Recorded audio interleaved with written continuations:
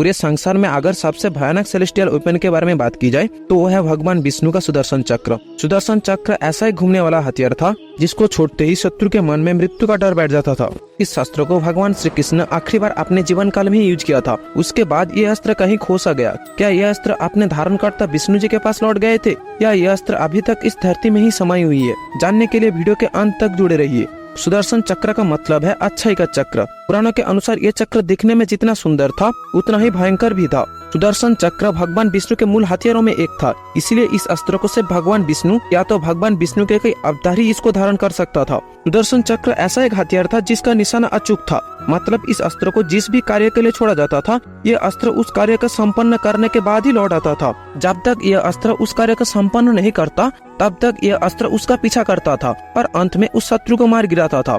पुराणों के मुताबिक इस शस्त्र में 108 ब्लेड्स था जो हमेशा ही घूमता रहता था। महाभारत में इस शस्त्र से ही भगवान श्री कृष्ण ने शिशुपाल का वध किया था। ऋग्वेद के अनुसार ये शस्त्र से पलक झपकने के समय में ही सहस्त्र माइलों का दूरी पार कर सकता था, जो आज इस काल में परमाणु मिसाइल से भी कई गुना अधिक तीव्र और भयंकर था। भगवान श्री हरि विष्णु इस चक्र को हमेशा अपने तर्जनी उंगली में धारण किया करता था, इसलिए छोड़ने के बाद भी ये शस्त्र हमेशा भगवान विष्णु के मन द्वारा संचालित होता था। वही वामन पुराण के अनुसार सुदर्शन चक्र का सेंटर वज्र से बना हुआ है। इसके सेंटर में 12 तिलिया और 6 नाभि है। 12 तिलिया 12 महीना को दिखाती है तो यही 6 नाभि 6 ऋतु को दर्शाती है। वही किसी किसी पुराण के अनुसार सुदर्शन चक्र में 27 तिलिया थी जो प्रजापति से निर्मित 27 त्रिसिद्धांतों के ऊर्जा से चार्ज होती थी।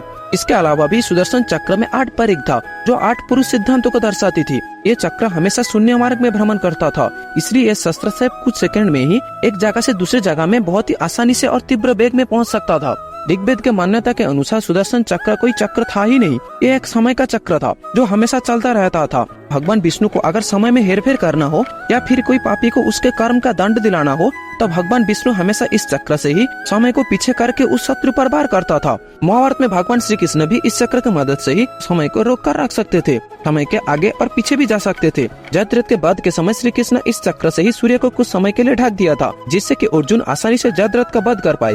महाभारत युद्ध के पहले भी श्री कृष्ण भी समय को कुछ समय के लिए रोक के अर्जुन को गीता का ज्ञान दिया था। ये चक्र हमेशा अच्छाई को दर्शाता था, इसलिए इस चक्र को हमेशा ही श्री हरि विष्णु सोच समझकर ही उपयोग करता था और उपयोग करने के बाद ये शस्त्र हमेशा भगवान श्री हरि विष्णु के इच्छा शक्ति द्वारा नियंत्रित होता था। शिव पुराण के अनुसार इस चक्र में 108 नहीं 10 लाख ब्लेड्स था जो निरंतर घूमता रहता था। ये चक्र एक नहीं 2 अलग अलग चक्र से निर्मित था जो हमेशा अलग अलग दिशाओं में घूमता रहता था, जो किसी भी तरीकों के शत्रु को मार गिराने में सक्षम था। तो वही किसी किसी पुराणों के अनुसार देवगुरु बृहस्पति ने इस शस्त्र को ब्रह्मा विष्णु और महेश के सम्मिलित ऊर्जा से निर्माण किया था और निर्माण के बाद इस शस्त्र को भगवान श्री हरि विष्णु को दे दिए थे, जिससे कि श्री हरि विष्णु इस चक्र से अधर्म का नाश कर पाए। तो वही एक और पुराण के अनुसार देवशिल्पी विश्वकर्मा जी ने सूर्य के तेज से 3 चीजों का निर्माण किया था, वो था सुदर्शन चक्र, त्रिशूल और पुष्पक विमान। सुदर्शन चक्र को दे दिया गया था भगवान श्री हरि विष्णु को, त्रिशूल को महादेव को और पुष्पक विमान को दे दिया गया था सृजनकर्ता ब्रह्मा को। दरअसल हुआ ये था, विश्वकर्मा जी ने अपने कन्या संजना का विवाह संपन्न किया था सूर्यदेव से। विवाह के बाद संजना सूर्यदेव की इतनी गर्मी और रोशनी के कारण बहुत ही पीड़ित था। न ही संजना कभी भी इतनी तीव्र रोशनी के कारण सूर्यदेव को सही से देख पाते और न ही उसके गर्मी के कारण उसके करीब जाने में सक्षम थे। इसलिए विश्वकर्मा जी ने सूर्यदेव के इतने तीव्र गर्मी और रोशनी को कम करने के लिए सूर्यदेव के सारे धूल को एकत्रित करके सुदर्शन चक्र, त्रिशूल और पुष्पक विमान का निर्माण किया था। सुदर्शन चक्र की उत्पत्ति को लेकर ऐसे बहुत सारे कथा प्रचलित है, लेकिन इन सारे कथाओं में सबसे फेमस कथा है इस चक्र को शिव जी ने भगवान विष्णु को दिया था। शिव पुराण के अनुसार पृथ्वी पर जब दैत्य का अत्याचार बढ़ गया तब सारे देवता उन सारे दैत्य से राहत पाने के लिए श्री हरि विष्णु के पास गए, लेकिन उन सारे दानवों को मारने के लिए श्री हरि विष्णु को एक दिव्य शस्त्र का आवश्यकता था। और तब इस समस्या का समाधान करने के लिए श्री हरि विष्णु कैलाश में शिव जी के पास सहायता मांगने के लिए गए, लेकिन शिव जी तब गहन ध्यान में मग्न था। इसलिए तब भगवान श्री हरि विष्णु शिव जी का ध्यान भंग न करके शिव जी का आराधना करने का सोचा और सहस्त्र कमलों के फूलों से शिव जी की आराधना करने लगे।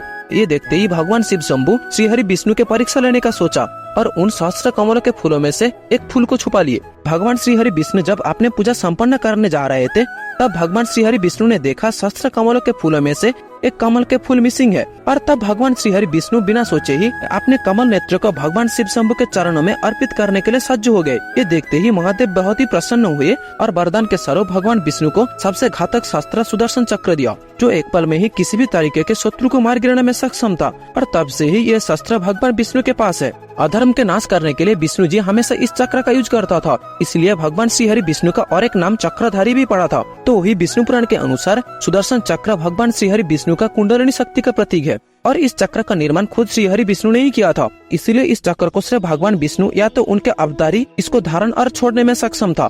ये तो गया सुदर्शन चक्र की उत्पत्ति के बारे में, लेकिन महाभारत में श्री कृष्ण के मृत्यु के बाद भगवान विष्णु का कोई अवतार नहीं हुआ, तो इस चक्र का क्या हुआ? वीडियो में जुड़े रहिए, बताता हूँ। इस सवाल का जवाब मिलता है भविष्य पुराण में। भविष्य पुराण के मुताबिक श्री कृष्ण की मृत्यु जहाँ पे हुआ था वही भी यह चक्र धरती में समा गया था। भविष्य में जब पापों का साम्राज्य बढ़ जाएगा तब भगवान श्री हरि विष्णु कल के रूप में अवतरित होंगे। तब यह चक्र कल के अवतार के साथ में धरती में बुराई को मिटाने के कार्य में लिप्त होगा और तब कलयुग का अंत होगा। उड़ीसा के पुरी जिले में सुहागपुर विलेज में सुदर्शन चक्र का कुछ हिस्सा धरती से बाहर पाई गई है। वहाँ पे चक्र का सिर्फ ऊपरी हिस्सा ही पाई गई है, लेकिन फिर भी यहाँ पे स्थानीय लोग इसकी पूजा बहुत ही श्रद्धा भाव से कर रही है। लेकिन वहीं पे बौद्ध धर्म मानने वाले कुछ पंडित के मान्यता के अनुसार इसको बौद्ध धर्म चक्र भी कहा गया है, जहाँ पे रिवर प्राची के तट पे सम्राट अशोक अपना धर्म परिवर्तन किया था। लेकिन वही सुदर्शन चक्र के बारे में आपका क्या मानना है? आप चाहे तो मेरे को कमेंट्स में बता सकते हो और अगर आपको ये वीडियो अच्छा लगे तो इस चैनल को सब्सक्राइब भी कर सकते हो। जय हिंद दोस्तों।